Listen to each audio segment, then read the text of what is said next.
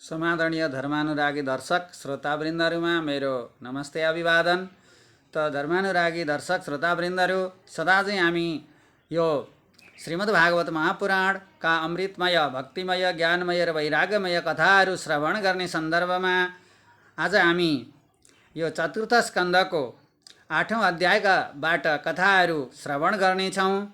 आउनुहोस् हामी छोटो ध्यान गरौँ परमात्माको, त्यसपछि हामी अत्यन्त अमृतमय कथाहरूको प्रसङ्गमा प्रवेश गरौँ। ॐ यं प्रव्रजन्तमनुपेतमपेतकृत्यं द्वैपायनो विरह कातराजुहाव पुत्रेति तन्मयतया तरवो विनेदुस्तं सर्वभूतहृदयं मुनिमानतोऽस्मि। नारायणं नमस्कृत्यं नरं चैव नरोत्तमं देवीं सरस्वतीं व्यासं ततो जयमुदीरयेत्। ॐ नमो भगवते वासुदेवाय। त धर्मानुरागी श्रोता दर्शक वृन्दहरू, यहाँहरूले अघिल्लो भागमा 14-15 भागमा 12-13-14-15 भागमा यहाँहरूले दक्ष यज्ञ अनि दक्ष यज्ञमा भगवान शिवको अपमान र दक्षको यज्ञ विनाशका कथा, अत्यन्त मिठा रसिला कथा प्रसङ्गहरू श्रवण गरिसक्नु भएको छ। अब यता यो चतुर्थ स्कन्धको 8औं अध्यायमा विशेष गरी सनकादिहरू 4 भाइ थिए। भगवान ब्रह्माजीका पुत्र सनकादिहरू 4 भाइ। ऋभुले 5, हंसले 6, अरुणीले 7, यतिले 8 र नारदले 9 जना। यी 9 जना ब्रह्माजीका मानस पुत्रहरू कसैले पनि विवाह गरेनन्, कोही पनि गृहस्थी चलाउन मान्दैनन्। जति पनि जन्मिन्छन् योगी भएर जान्छन्, सृष्टि नचल्ने भयो। यता स्वयम्भू मनु र सत्यरूपाका 3 छोरी र 2 पुत्रहरू भएका थिए। यहाँहरूले 3 छोरीहरूको कथा वंशवर्णन श्रवण गरिसक्नु भएको छ। प्रियव्रत र उत्तनपाद स्वयम्भू मनु र सत्यरूपाका छोरा थिए। ती प्रियव्रत र उत्तनपाद मध्ये उत्तनपादका 2टी रानी थिए, सुरुचि र सुनीति। राजा की अत्यन्त मन परेकी सुरुचिपट्टिका छोरा थिए उत्तम, कान्छीका छोरा उत्तम, जेठीका छोरा ध्रुव। मन नपरेकी सुनीतिपट्टिका छोरा थिए ध्रुव। एक दिन गद्दीमा बसिरहेका बेला आफ्ना पिताको काखमा अत्यन्त लाडिएर खेल्ने बस्ने इच्छा राख्नुभयो ध्रुवजीले। आखिरी पिताजी त दुवैका समान हुन्। उत्तम खेलिरहेको, भाइ खेलिरहेको काखमा गएर दाजु पनि खेल्ने प्रयत्न गर्दा सुरुचिले भनिन्, ए बाबु, तिमी त यो पिताजीको काखमा बस्न योग्य छैनौ। यदि तिमी पिताको काखमा बस्न चाहन्छौ, पिताको राज्यमा राजगद्दीमा चाहन्छौ भने गएर भगवान नारायणको तपस्या गर, नारायणलाई खुसी गर, उहाँको आशीर्वाद ल्याऊ अनि उहाँलाई खुसी पारेर फर्किएर आऊ। त्यसपछि मात्र मेरो गर्भबाट तिमीले जन्म लिने मौका पनि पाउँछौ। जब भगवान नारायणलाई खुसी बनाऊ, त्यसपछि मेरो गर्भबाट जन्म ल्याऊ अनि त्यसपछि मात्र तिमीले यी पिताजीको काखमा अत्यन्त लाडिएर आनन्दसँग खेल्न र बस्न पाउनेछौ। यसरी सानी आमाले, कान्छी आमाले बालक ध्रुवलाई आफ्ना पिताको काखमा खेल्नबाट वञ्चित गराएको हुनाले त्यो बाल मस्तिष्क ध्रुवको हृदयमा अत्यन्त गहिरो चोट पुग्न पुग्यो। ज्यादै गहिरो चोट पर्यो। अब के भन्नु पो सानी आमाले, विष्णुको आराधना गर अनि उनको इच्छा भयो भने मेरो गर्भबाट तिमीले जन्म लिन्छौ अनि त्यसपछि मात्र बाबुको काखमा बस्न पाउँछौ भन्ने यस्तो वचन सुनेपछि छक्क परे ध्रुव सानै उमेरमा। अब ध्रुव रुँदै घर फर्किए आफ्नी माताको कुटीतर्फ। त्यसरी आफ्नो छोरालाई रुँदै आएको देखेर माताले के गर्न लागिन् त? सुनीतिले यसो विचार गरिन्, छोरा त रुँदै आउँदैछ। काखमा राखेर बडा लाडिएर अत्यन्त प्रेमका साथ आँखाबाट बलिन्द्र आँसुका धारा झार्दै भन्न लागिन्, ए बाबु, तिम्रो र मेरो त कर्म नै यस्तै रहेछ, भाग्य यस्तै रहेछ। अब कसो गर्ने? तिमीले पिताजीको माया ममता र स्नेह, त्यो पिताजीको प्यारो काखमा खेल्न समेत भगवान विष्णुलाई खुसी पार्नुपर्ने, अनि तिम्री सौतेनी आमाको कोखबाट जन्म लिनुपर्ने, अनि मात्र तिमीले खेल्न पाउने। बाँकी अरू वरिपरिका साथीभाइहरूले पनि, अरू खेलिरहेकाले पनि यस्तै खबर अत्यन्त ध्रुव अपमानित भएको कुरा सुनीतिलाई सुनाइदिए। यो कुरो साँच्चै हो बाबु, म अभागिनी रहेछु। यो अभागी कोखमा तिमीले जन्मिएको हुनाले आज तिमीले राजगद्दी पनि प्राप्त गरेनौ। राजगद्दी त कुरा परे जाओस्, तिम्रा प्यारो पिताको काखमा समेत खेल्ने मौकाबाट तिमी वञ्चित भयो। त्यसैले हे बाबु, अब तिमी उनै परमेश्वरको शरणमा पर, उनैका अनुग्रहले तिमीलाई गद्दी मिल्नेछ। म त अरू के भन्न सक्छु र? मलाई त एउटा पर कुटी बनाएर तिम्रा पिताले राखिदिएका छन्।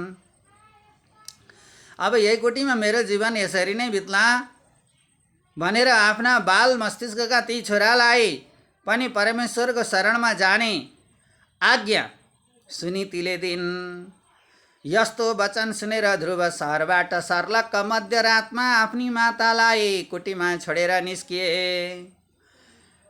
भयङ्कर ठुलो घनघोर जङ्गल, अनेकौँ जीवजन्तुको डर, अनि घोर झरी बादल वर्षा आँधी बेरी हुरी, त्यो बाल्यकाल कस्तो अनौठो होला। तैपनि यी सबै कुरालाई तिनै सौतेनी आमाको वचन बाणले हृदयमा धसिएको हुनाले, त्यो पीडाले गर्दा यी सबै आँधी बेरी हुरी बतास डर त्रास यी सबै बिर्सिएर बालक ध्रुव भगवान नारायणको आराधनाको लागि मध्यरातमा आफ्नी मातालाई कुटीमा छोडेर बाहिर निस्किए। यसरी बाल्य अवस्थामा, अबोध अवस्थामा बालक ध्रुवले कुटी छोडे रे भन्ने कुरो देवर्षि नारदले थाहा पाए। सरासर गएर बिचै बाटोमा देवर्षि नारद भन्छन् बालक ध्रुवलाई, ए बाबु, तिमीले यो अत्यन्तै कठिन काम कसरी आँट गर्यौ? कहाँबाट तिमीलाई यस्तो प्रेरणा प्राप्त भयो? देवर्षि नारदले बिचै बाटामा गएर रोकिदिनु भयो र सोध्न लाग्नुभयो। ध्रुव भन्छन्, हे भगवान, हे देवर्षि नारद, मेरो दण्डवत प्रणाम छ हजुरलाई। मेरी कान्छियामा सुरुचिका वचन रूपी बाणले मेरो हृदय घोचिएको छ। अत्यन्तै छिया छिया भएको हुनाले म बरु हजुरले 1000 प्रयत्न गरे पनि फर्कने चाहिँ कुरा नगरौँ। म कसै गर्दा फर्कन्न।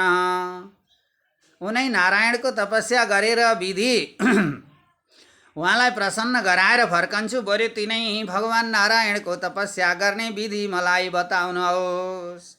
जब बालक ध्रुवले देवर्षि नारदले डर देखाउँदा समेत नफर्किने, बरु भगवान नारायणको तपस्या गर्ने विधि बताउनुहोस् भनेर उल्टै सिकाइ मागेपछि देवर्षि नारद भन्छन्, ल भइगो बाबु, तिमीले बडा भयङ्कर ठुलो आँट गर्यौ। ल ठिक छ, त्यसो भए तिमीले मधुवनमा, यमुनाको तटमा रहेको मधुवनमा गएर ओम नमो भगवते वासुदेवाय भन्ने यो 12 मन्त्र जप गर्नु। यसरी भगवान नारायणको आराधना गर्दा गर्दै अवश्य पनि तिमीले भगवान नारायणलाई प्राप्त गर्न सक्नेछौ। र देवर्षि नारदबाट यसरी भगवान नारायणको तपस्या गर्ने विधि प्राप्त गरेपछि ध्रुव मधुवनमा गएर आनन्दसँगले भगवान नारायणको ओम नमो भगवते वासुदेवाय भनेर 12 मन्त्रको जप गरेर आफ्नो तन मन ध्यान सबैलाई केन्द्रित गरी हृदय आकाशमा भगवान नारायणको ध्यानमा लीन रहे मधुवनमा। यता बालक ध्रुवलाई ध्यानको विधि बताइदिएर देवर्षि नारद सरासर उत्तनपातको दरबारमा गए र गएर भन्छन्, देवर्षि नारद, हे महाराज, धन्दा मानी बक्सनु पर्दैन, छोरो हरायो कता गयो भनेर चिन्ता लिनु पर्दैन। चाँडै नै हजुरका पुत्र ईश्वरलाई प्राप्त गरेर अत्यन्त प्रसन्न भएर प्रसन्न मुद्रामा दरबारमा आउने छन्। देवर्षि नारदले सर्लक्क उत्तनपातलाई सुनाइदिनु भयो दरबारमा गएर। यता बालक ध्रुवले भगवान नारायणको आराधना गर्दा गर्दै अब के चाहिँ भयो त भन्दा हुँदाहुँदै उहाँले पहिले त पानी पान गर्दै हुनुहुन्थ्यो, वनस्पति झारपातहरू खाएर पनि भगवान् नारायणको तपस्या गर्दै हुनुहुन्थ्यो। केही दिन पछाडिदेखि, केही समयपछिदेखि पानी पनि छोडिदिनु भयो, घाँसपात हरिया झारपात पनि छोडिदिनु भयो। हुँदाहुँदै वायुलाई पनि त्याग्ने कोसिस गर्दै हुनुहुन्थ्यो। श्वास प्रश्वासलाई पनि बालक ध्रुवले तपस्या गरेर भगवान् नारायणको तपस्या गर्दा गर्दै श्वास प्रश्वास लिन छोडिदिनु भयो। जुन वायुलाई पनि रोकिदिएको कारणले ध्रुवले श्वास प्रश्वास नलिँदा सम्पूर्ण पृथ्वी ब्रह्माण्डको वायु नै रोकियो। अब यो वायु रोकिए नै, वायु नै रोकिएपछि अत्यन्त हाहाकार मचिन लाग्यो। देवताहरू सम्पूर्ण भगवान् विष्णुको शरणमा गएर प्रार्थना स्तुति गान गर्न लागे। हे प्रभु, यो त के अनर्थ भयो, ब्रह्माण्डमा वायु नै रोकियो प्रभु, के यस्तो अनर्थ भयो। बालक ध्रुवको यस्तो ध्यानले गर्दा, बालक ध्रुवले श्वास प्रश्वास नलिँदा ब्रह्माण्डको वायु रोकिनु कति ठुलो ब्रह्म तेज होला। अनि भगवान् नारायणसँगको कति ठुलो गहिरो सम्बन्ध रहेछ। सारा देवताहरू श्वास प्रश्वास रोकिएपछि गएर भगवान् विष्णुको आराधना गर्न लागे। भगवान् नारायण भन्नुहुन्छ, हे देवता हो, ध्रुवले प्राणवायु रोकेर विश्वरूप भगवानको ध्यान गरेको हुनाले यो श्वास प्रश्वास वायुको गति रोकिएको हो। तर तिमीहरू चिन्ता नगर, तिमीहरू आफ्नो धाममा गएर रहो। अब चाँडै नै, अब म अत्यन्त छिटै मधुवनमा गएर ती भगवान् नारायणको ध्यानमा रहेका ती बालक ध्रुवलाई म चेतन अवस्थामा जागृत गराउनेछु भनेर भगवान् नारायणले यसरी सम्पूर्ण देवताहरूलाई आश्वासन दिनुभयो। र भगवान् विष्णु बालक ध्रुवले तपस्या गरेको मधुवनमा पुग्नुभयो। देवताहरूलाई विदा गरेर जब भगवान् नारायण मधुवन जानुभयो, अब मधुवनमा गएर भगवान् नारायणले बालक ध्रुव तपस्या गरिरहेको स्थलमा गएर यसो हेर्नुभयो, देख्नुभयो, दर्शन दिन लाग्नुभयो। तर ध्यान दृष्टि सबै बन्द गरेर हृदयलाई केन्द्रित गरी वायुलाई समेत रोकेर अत्यन्त कठोर भगवान् नारायणको ध्यानमा लीन रहनुभएका बालक ध्रुवलाई कुनै चेतना थिएन। भगवान् नारायणले यसो विचार गर्नुभयो, चेतना नै नभई त दर्शनको अनुभूति हुँदैन भनेर गएर आफ्नो शङ्खले सर्लक्क यसो छोइदिनु भएको थियो ध्रुवजीलाई। गालामा यसो शङ्खले चस्सो छोइदिनु भयो। त्यसपछि ती ध्रुवको चेतन अवस्था खुल्यो, चेतन अवस्था फिर्यो। चेतन अवस्था फिर्न साथ यसो आँखाको ध्यान दृष्टिमा भगवान् नारायणको दर्शन ध्रुवलाई प्राप्त भयो। कस्तो दर्शन प्राप्त भयो त ध्रुवलाई? शङ्ख चक्र गदा पद्म पीताम्बर साक्षात् मकर कुण्डल किरीट धारण गर्नुभएका भगवान् नारायणको दर्शन ध्रुवजीलाई प्राप्त भयो। ध्रुवजी हात जोडेर स्तुति गान गर्न लाग्नुभयो। के भन्नुहुन्छ, हे ऋषिकेश केशव भगवान्, वंशे विभूषित करा नवनीर दावात् पीताम्बर दरुण बिम्ब फलादरुष्टात् पूर्णेन्दु सुंदर मुखात् दरविन्द नेत्रात् कृष्णात् परं किमपि तत्त्वमहं न जाने। हे प्रभु, म केही पनि जान्दिन, चिन्दिन, सुन्दिन, बुझ्दिन पनि। शङ्ख चक्र गदा पद्म धारण गर्नुभएको छ, पीताम्बर पहिरनु भएको छ, मकर कुण्डल र किरीट लगाउनु भएको यस्तो साक्षात् ब्रह्माण्डको मालिक परम परमेश्वर हजुरको मैले दर्शन प्राप्त गरेँ। मेरो प्रणाम छ। म अत्यन्त निष्क्रिय र अत्यन्त कमजोर भएकोले मेरो वचन बाणी अथवा दृष्टि समेत सक्रिय छैन। मनले नै मैले हजुरको आराधना गरेँ। जब यसरी बालक ध्रुवले ऋषिकेश भगवान् नारायणको ध्यान गर्नुभयो र भन्नुभयो, अज्ञानीका हृदयमा प्रवेश गरेर सुतेकै मेरो बाणीलाई स्मरण गरिदिई बक्स्योस्। हे प्रभु परम नारायण, मेरो सुसुप्त रहेको मेरो बाणी ज्ञान अनि मेरा हात पाउ, मेरो शरीर कान यी सबै नजर होस् प्रभु, अनि मात्रै सक्रिय हुन्छ, नत्र त जड जस्ता भइरहेका छन्।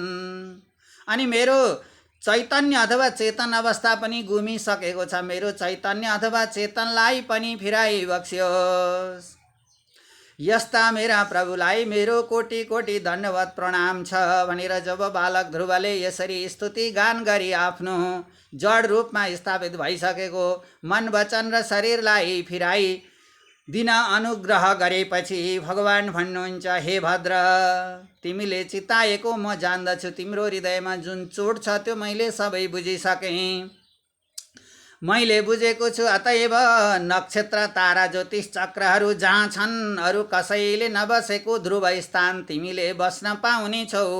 हे बालक ध्रुव, तिमीलाई गद्दी दिएर तिम्रा पिता वन गएपछि 36,000 वर्षसम्म राज्य गर्नेछौ। तिम्रा भाइलाई यक्षले मारेपछि सुरुचि अग्निमा प्रवेश गर्नेछन्। भगवान नारायणले ध्रुवलाई यसो भन्नुभयो, ध्रुव त मलाई मोक्ष प्रदान गरी बक्सियोस् प्रभु, अरू केही चाहिन्न, हजुरको दर्शन भए हुन्छ, अब म कतै फर्कनु पनि छैन, मलाई त मोक्ष प्रदान गरी बक्सियोस् भन्दै हुनुहुन्थ्यो। ध्रुव त बालक ध्रुव, तिमीले त्यसो गर्न मिल्दैन। हेर, तिम्रो हृदयमा जुन वचन बाण थियो नि त्यो पनि निस्किनेछ। आकाशमा नक्षत्र, तारा, ज्योतिष चक्रहरू जहाँ छन् नि, त्यहाँ कोही नभएको जुन ध्रुव स्थान तिमीलाई प्राप्त हुनेछ, त्यो पनि 36,000 वर्ष तिम्रा पिताले जस्तै राज्य चलाएर, तिम्रा वंशले राज्य चलाएर अन्त्यमा मात्र त्यो पद तिमीलाई प्राप्त हुनेछ। यो सम्पूर्ण सुख भोगेर मात्र तिमीले ध्रुव स्थानमा गएर बस्नुपर्ने हुन्छ। त्यसैले तिमीले राज्य फर्कनु पर्नेछ भनेर भगवान नारायणले बालक ध्रुवलाई आशीर्वचन प्रदान गर्नुभयो र सबै भनिदिनु भयो पछिका घटना चक्रहरू। भाइलाई यक्षले मार्नेछन्, तिम्री माता सौतेनी आमाले अग्निमा प्रवेश गरेर प्राण त्याग्नेछिन् भनेर भगवान विष्णु यी सम्पूर्ण वृत्तान्त श्रवण गराएर अन्तर्ध्यान हुनुभयो। अब बालक ध्रुव सर्लक्क राज्य फर्कने तयारीमा रहनुभयो। बालक सरक्क उठेर ध्रुव अब आफ्नो घरतर्फ प्रस्थान गर्नुभयो। यसरी बालक ध्रुव दरबारतर्फ प्रस्थान गरेको खबर अघि नै देवर्षि नारदले दरबारमा पुर्याउनु भयो। साराका सारा लो आज बालक ध्रुवको राज्यमा सवारी हुँदैछ अरे भन्ने हल्ली खल्ली सबैतिर मच्यो। बडा आनन्दसँग, खुसियालीका साथ, आदर सत्कारका साथ सजी सजाउ झक्की झकाउ बनाएर चाहिँ बालक ध्रुवलाई नारायण प्राप्त गरी फर्किएका ध्रुवलाई दरबारमा भित्र्याउने तम्तया राजाले बन्दोबस्त गराए। अनेकौं किसिमका राजा रानीहरू उत्सव गर्दै लिन आए। टाढा पर बाटासम्म नारायण प्राप्त गरेका ध्रुवलाई सबै राज्यका प्रजाहरूले नारायण प्राप्त गरेर नारायण स्वरूपमै रहेका बालक ध्रुवलाई दर्शन गरेर आफ्नो नगरमा, त्यस नगरमा प्रवेश गरे। केही समयपछि राजाले बालक ध्रुवलाई, आफ्नो छोरा ध्रुवलाई राजगद्दी सुम्पिएर राजा रानी दुवै वनमा गए, उतै तपस्या गरे, आफ्नो जीवन बिताउन लागे। ओम नमो भगवते वासुदेवाय, कृष्णाय वासुदेवाय, हरये परमात्मने, प्रणत क्लेशनाशाय गोविन्दाय नमो नमः। ओम नमो भगवते वासुदेवाय। समादरणीय धर्मानुरागी भक्तवृन्द, श्रोतावृन्दहरू, यहाँहरूले अमृतमय अत्यन्त मिठा रसिला कथाहरू पुरा श्रवण गरेर अनि लाइक, कमेन्ट र सेयर गर्न नभुलिदिनु होला। बाँकी यस्तै अमृतमय रसिला कथाहरू लिएर अर्को अङ्कमा उपस्थित हुनेछु। ओम नमो भगवते